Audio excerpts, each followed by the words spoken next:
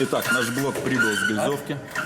Обратите внимание, вот такой вот у него вид. Можно сказать, что новый. Фон, все есть, все присутствует. Сделано отлично. Вот комплект поршней новых. Тоже оригинал. Вы можете это видеть. Сейчас мы будем запрессовывать пальцы в новые поршни. Сейчас покажем, как это сделать. Итак, чтобы запрессовать палец, нужно предварительно хорошо нагреть. Металл расширился. Сейчас мы покажем, как это делать без всяких проблем и трудностей.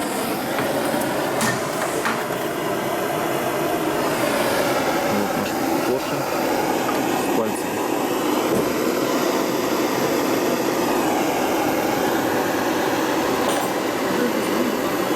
Просто вставляем его. Выставляем расстояние. И все готово. В принципе, все легко и просто.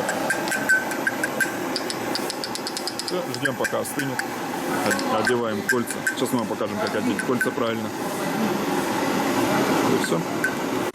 Итак, как и говорилось, вкладыши у нас будут новые. Вот 4 комплекта шатунных новые и 5 комплектов на каждую шейку коренных. Все вкладыши на каждую шейку подбираются по специальной таблице. Эти таблицы есть в общем доступе в интернете. В принципе, это не тяжело, занимает не более 5 минут. Каждый цвет вкладыш идет по своим номерам.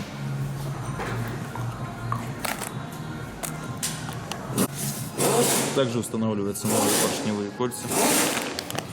Обязательно оригинал. И новые болты крепления ГБЦ. Так, на данном этапе собираем поршневые кольца.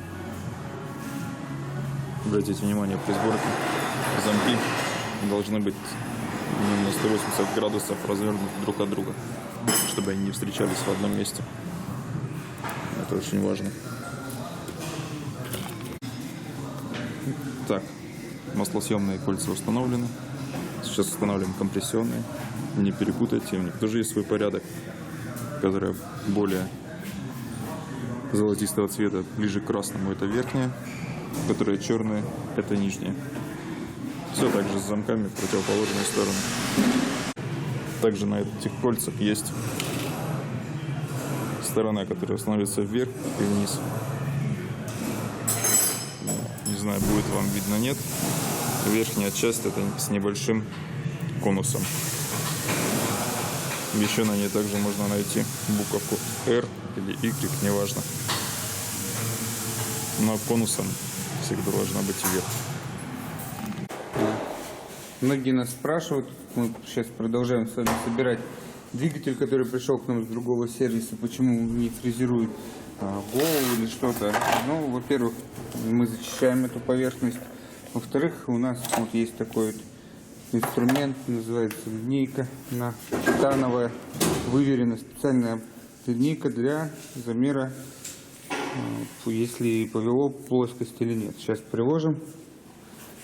Но обычно ставят ее крест-накрест и проверяют, смотрят вот здесь, где касается линейка, чтобы не было зазоров. В принципе, я не знаю, видно вам, не видно, но она плотно прилегла. Обычно, если голова поведенная, то еще можно с той стороны светом просветить, будет видно, что свет попадает и в этот зазор проходит щуп. Здесь все ровно, поэтому мы голову с вами не будем шлифовать, а зачистим и поставим. Тем более жалоб на потерю антифриза не было.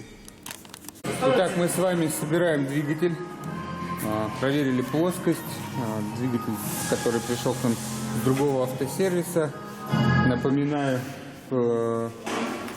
посмотрели, тут такой нюанс. В прошлый раз показывали, цепи масляного насоса просто выставляется на этом, здесь вот на шестернях метки есть. там внизу тоже, ну, уже показывал. И на цепи 3, соответственно, цветных звена. Многие спрашивают, у нас получается еще, бывает, что стучат стаканчики, на стаканчиках стук такой специфичный, вы сразу поймете, он существенно отличается от того, что происходит, когда идут задиры. Итак, у нас вот этот распредвал, это выпуск, этот ближний ко мне впуск. Заводские установки, получается, дилер дает, что на впуске зазор между кулачком и стаканчиком должен быть 0,17-0,23 миллиметра. И на выпуске 0,27-0,33. Для замеров используется обычный стандартный щуп.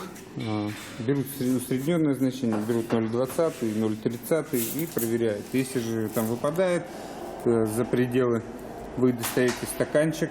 Внутри стаканчика, когда перевернете, сейчас уже, к сожалению, притянуто, мы проверили, все здесь здорово, будет написан номер и размер этого стаканчика.